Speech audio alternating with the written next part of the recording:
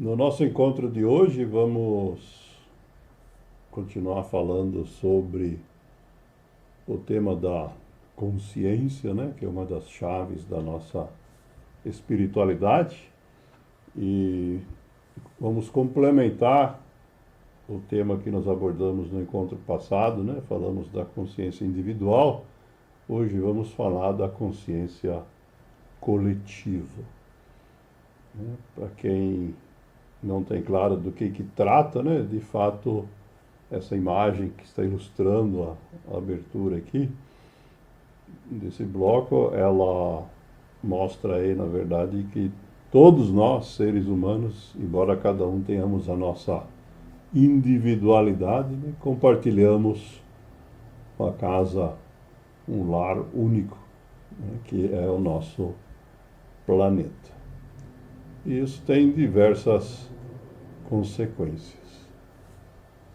Como sempre, vamos nos inspirar aí em frases e vamos começar então partindo aí de questões relacionadas com o que eu estava tratando semana passada, para chegar nessa questão do coletivo.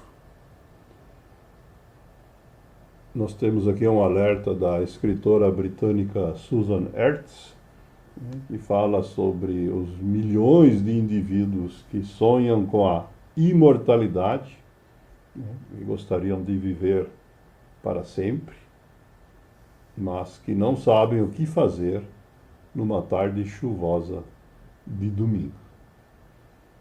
Isso mostra um nível de consciência bastante baixa em muitas pessoas. Entretanto, nada está perdido, né? Nós temos aqui uma frase do William James, um dos psicólogos americanos aí da primeira geração, e que faz referência aí à geração dele, como dizendo que a capacidade do ser humano poder alterar sua vida mudando sua atitude mental, como sendo a maior descoberta da geração dele, né? De fato, antes do século XIX, a grande maioria dos seres humanos, né, viviam do início ao fim das vidas deles dentro da tradição, da cultura, replicando o comportamento de seus antepassados sem sequer questionar, né? E a partir então do surgimento de diversas questões, uma delas, o estudo da psicologia, é que a gente tem hoje essa oportunidade.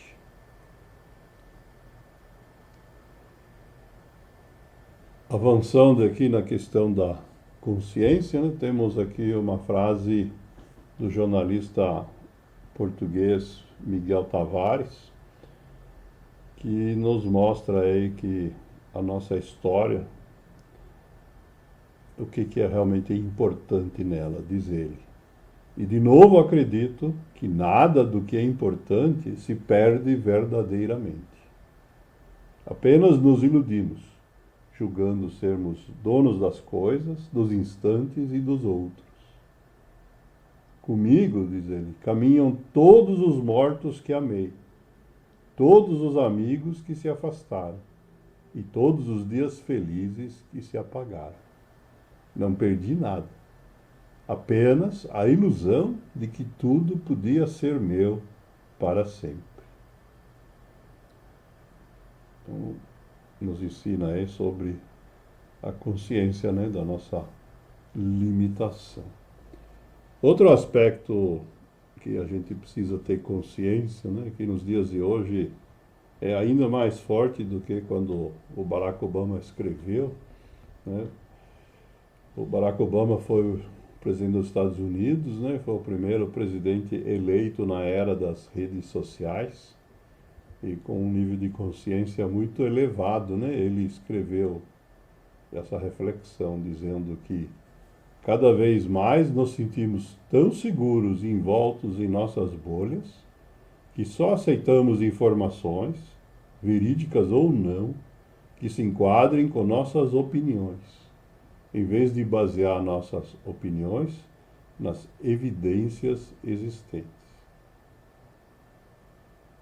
Isso é importante para um presidente também é importante para todos nós, né? A gente, para ser consciente, né, não pode ficar restrito ao que ele chama aí de bolhas, né, ao nosso clubinho, ou à nossa turma, à nossa tribo que pensa como a gente, né? Aceitar tudo que vier dele sem questionar. Pelo contrário, né, nós precisamos fazer com que nossas opiniões sejam confrontadas com as evidências da realidade. E, eventualmente, vai acontecer que a realidade nos imponha mudanças de opiniões. Precisamos ter a consciência disso e a humildade de aceitar. Esse processo de destruição, na verdade, não é uma novidade das redes sociais, né? Isso já existia antes, embora em escala menor, talvez, né? O jesuíta Anthony de Mello, nascido na Índia, já alertava, né, que política sem princípio, progresso sem compaixão, riqueza sem trabalho, aprendizado sem silêncio, religião sem medo e adoração sem consciência são coisas que destruirão a raça humana. A consciência é fundamental para a própria preservação da nossa espécie. E não precisamos ficar só no terreno dos religiosos, né? Temos aqui uma outra frase de um sociólogo francês, o Alain Touraine, quase centenário, né, que escreveu que ou a crise que a gente vive acelera a formação de uma nova sociedade, ou virá um tsunami que poderá arrasar tudo pela frente, pondo em perigo mortal a nossa própria existência no planeta, né, afetando, portanto, aí a todos nós. Do outro lado, né, com base na espiritualidade, né, existe um fenômeno documentado pelo padre Pierre de Chardin, que diz assim: há quase um desejo sensual de comunhão com outras pessoas que têm uma visão ampla, né? Isto é, as pessoas que conseguem enxergar mais longe, de alguma forma, tem uma tendência aí muito forte a se juntarem, né? Diz ele: a imensa realização da amizade entre aqueles que estão empenhados em promover a evolução da consciência tem uma qualidade impossível de descrever, pelo menos em palavras. Então a gente espera estar aí, de alguma forma, contribuindo com isso. Voltando para o terreno dos cientistas, né, temos aqui uma afirmação da Margaret Mead, uma antropóloga americana que ficou famosa pelos seus estudos das tribos de pigmeus, principalmente na África, né, foi a primeira a fazer contato com várias tribos. E ela escreveu também livros, né, sobre outras questões, né, e ela conclui dizendo que não devemos duvidar que um pequeno grupo de cidadãos conscientes e comprometidos pode mudar o mundo. E ela nos lembra que, na verdade, eles são os únicos que já o fizeram. De fato, todas as mudanças que já ocorreram, né, nos últimos séculos foram criadas por pessoas que estavam conscientes e comprometidos em mudar o mundo.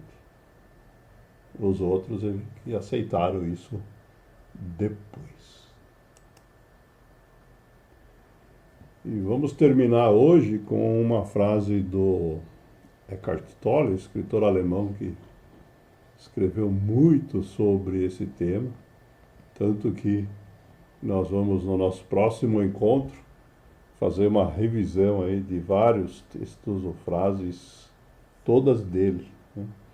Mas como prelúdio ou introdução aqui, vamos encerrar hoje com essa afirmação dele, que contraria uma crença que muitas pessoas têm, né? Dizendo assim: você não está no universo.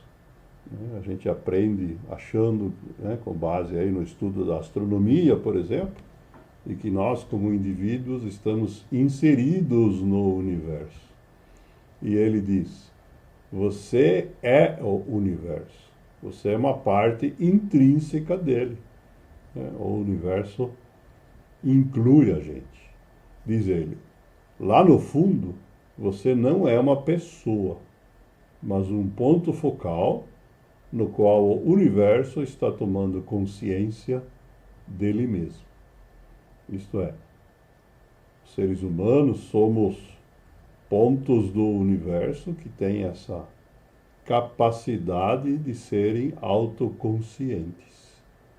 E pensando na estrutura atômica, molecular do universo, ele conclui dizendo que isso é um milagre surpreendente.